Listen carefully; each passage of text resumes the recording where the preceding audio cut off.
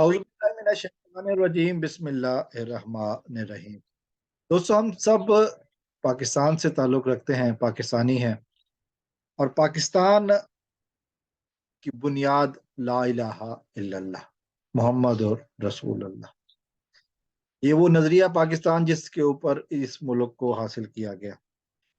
रियासत Pakistan versus Zaheer Ahmad case में कल की समाअत के बाद पहली दफ़ा इस दरिंदे ज़हीर और इसके सहूलतकार वकील ने इकट्ठा एक इंटरव्यू दिया, जिसमें इस दरिंदे ने थोड़ी सी बात की, बाकी सारा टाइम तो वो वकील भौंकता रहा। लेकिन जो वकील के अल्फाज थे वो सुनने वाले, उसने कहा कि ये रोमियो जूलियट की कहानी है। रोमियो जूलियट कौन है? पाकिस्तानी है, मुसलमान है, अफसाना, हकीकत भी नहीं, अफसाना, झूठ है, जिनका हकीकत से कोई ताल्लुक नहीं। ये वो किरदार हैं जो कि बोले जाते हैं, मिसाल दी जाती है कि ये मोहब्बत की निशानी है। पाकिस्तान की आवाम को अंग्रेजों के किरदार के नाम बताकर ट्रक की बत्ती के पीछे लगाया जा रहा है। बेकौल एक साहब के कि ये ट्रक की बत्ती के पीछे लगाने के माहिर हैं। मुझे नहीं पता कि इस एग्जाम्पल में वो क्या साबित करना चाहते हैं, लेकिन कम अज कम ये है कि झूठ बोलना चाहते हैं। जब इशारे पर दो बिजलियां, दो बत्तियां जल रही हों, एक इशारे की होती है, एक ट्रक की होती है, तो ये कहते हैं कि जी जो लाल बत्ती को हाथ लगा के वापस आएगा वो जीतेगा। और ये उस बत्ती के पीछे भेज देते हैं कि जो लाल नहीं, लाल तो होती है लेकिन इशारे की नहीं होती। मुजरिम मुजरिम ही रहेगा, चाहे कुछ भी हो जाए। ये दरिंदा दरिंदा ही रहेगा, ये अगवाकार अगवाकार ही रहेगा। ये पाकिस्तान जो कि इस्लामी मुल्क है, इसमें बच्चे तो पूछेंगे कि ये रोमियो जूलियट कौन है और इनका पाकिस्तान से क्या ताल्लुक है। ज़ाहिर है वकील साहब को फ़िल्में देखने का शौक है। वकील साहब फारिग जो बैठे होते हैं दफ्तर में, तो फ़िल्में देखते हैं, अफ़सानवी किरदार देखते हैं,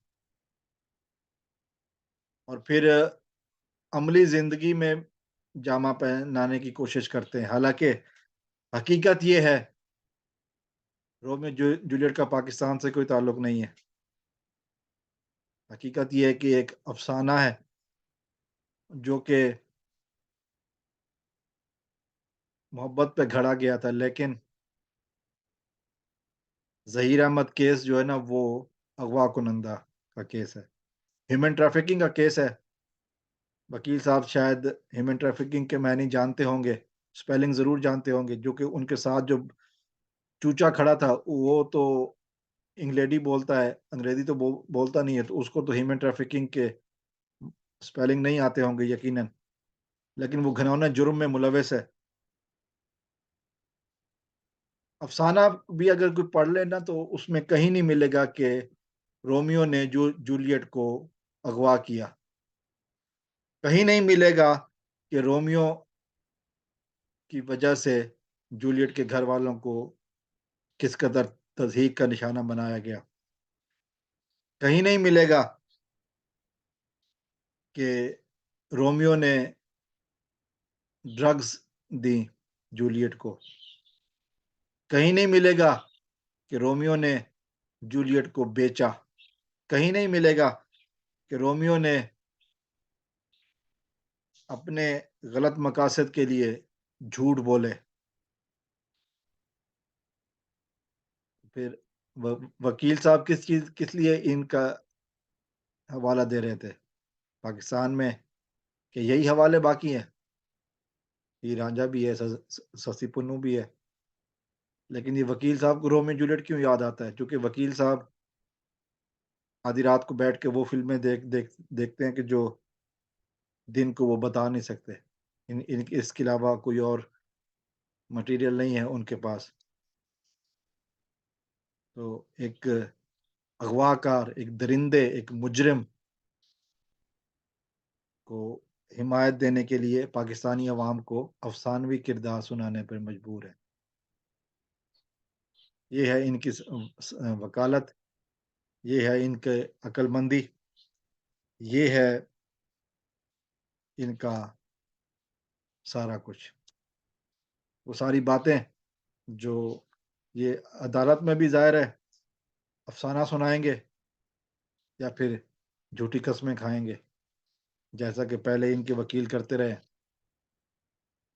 अदालत भी अब जान चुकी है कि हकीकत क्या है।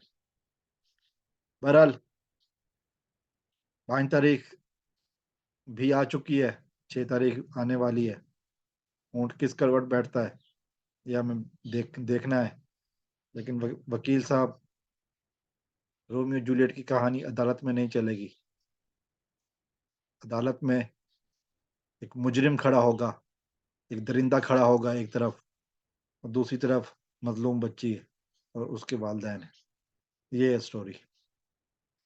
अस्सलाम वालेकुम व रहमतुल्लाह।